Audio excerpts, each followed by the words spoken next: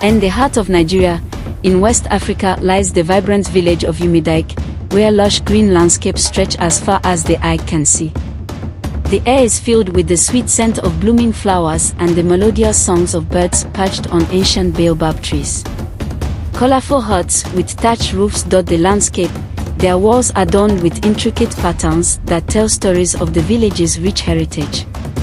The rhythmic beat of drums echoes through the air as villagers engage in lively dances and songs, celebrating the joys of life. Children play in the dusty streets, their laughter mingling with the sounds of bustling markets where traders sell everything from fresh produce to hand-woven fabrics. The village is a tapestry of life, culture, and community, where every day is a celebration of tradition and togetherness. There lived a young woman named Amaka. Amaka was known for her kindness, wisdom, and unparalleled beauty. Her heart was as pure as the morning dew, and her spirit as strong as the ancient baobab tree. The villagers adored her, and her fame spread far and wide. Amaka stood gracefully at the heart of the village, her presence as radiant as the morning sun.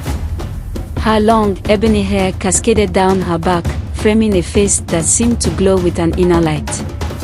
Her eyes, deep and wise, held the stories of generations, reflecting her profound understanding of the world around her. Clad in a vibrant, flowing dress that echoed the colors of the land, she moved with an elegance that captivated everyone she met. Amaka's beauty was more than skin deep, it was woven with threads of kindness and wisdom. She was the first to offer a helping hand, the first to speak words of comfort, and her laughter was a balm to all who heard it. Her reputation for compassion and intelligence spread far beyond the village, making her a beacon of hope and inspiration to all who crossed her path. In the shadow of majestic mountains lay the neighboring kingdom of Nkemba, a land of opulence and splendor.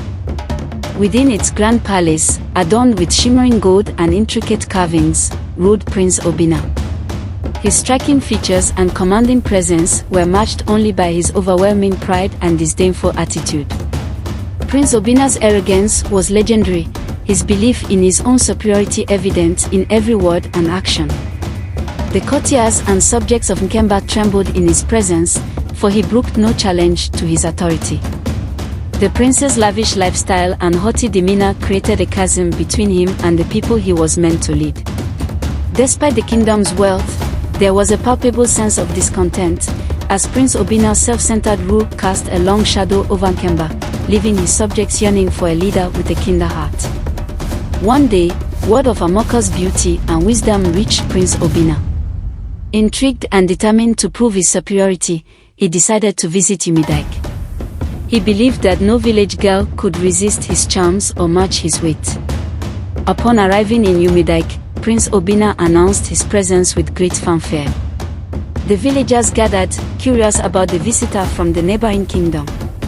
When Amaka approached, Prince Obinna was struck by her beauty, but he masked his admiration with a haughty smirk. "I am Prince Obinna," he declared, "and I have come to see if the stories about you are true, Amaka. They say you are wise and beautiful, but I doubt a mere village girl could possess such qualities." Amaka, unperturbed by his arrogance, replied gently, "Welcome to Umidike, Prince Obinna. Our village may be humble, but we cherish the values of kindness and respect. How may I assist you?" The prince, determined to belittle her, proposed a challenge. "If you can answer my riddles, I will acknowledge your wisdom. But if you fail, you must admit that I am your superior in every way." Amaka agreed, and the villagers watched with bated breath. The prince posed his first riddle. "I am not alive, but I grow. I don't have lungs, but I need air. I don't have a mouth, and I can drown. What am I?" Amaka smiled and answered without hesitation, "You are fire." Prince Obinna frowned, but continued, "What can fill a room but takes up no space?" Amaka replied, "Light." The prince, growing frustrated, asked his final riddle.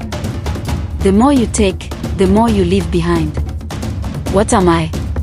"Footsteps," Amaka answered confidently. The villagers cheered, and Prince Obina's face turned red with embarrassment. He had underestimated Amaka's intelligence and humility. Humbled by her wisdom and grace, he realized the error of his ways. Amaka, seeing the change in the prince's demeanor, spoke kindly. True strength lies not in arrogance but in humility and the willingness to learn from others. Prince Obina, deeply moved by her words, vowed to change. He returned to his kingdom with a newfound respect for his subjects and a heart full of humility. Years later, Prince Obina, now a wise and beloved king, returned to Umudike to ask for Amaka's hand in marriage. Recognizing his genuine transformation, Amaka accepted, and their union brought peace and prosperity to both their lands. And so, the tale of Amaka and the arrogant prince became a legend, reminding all who heard it that true wisdom and greatness come from humility, respect, and love.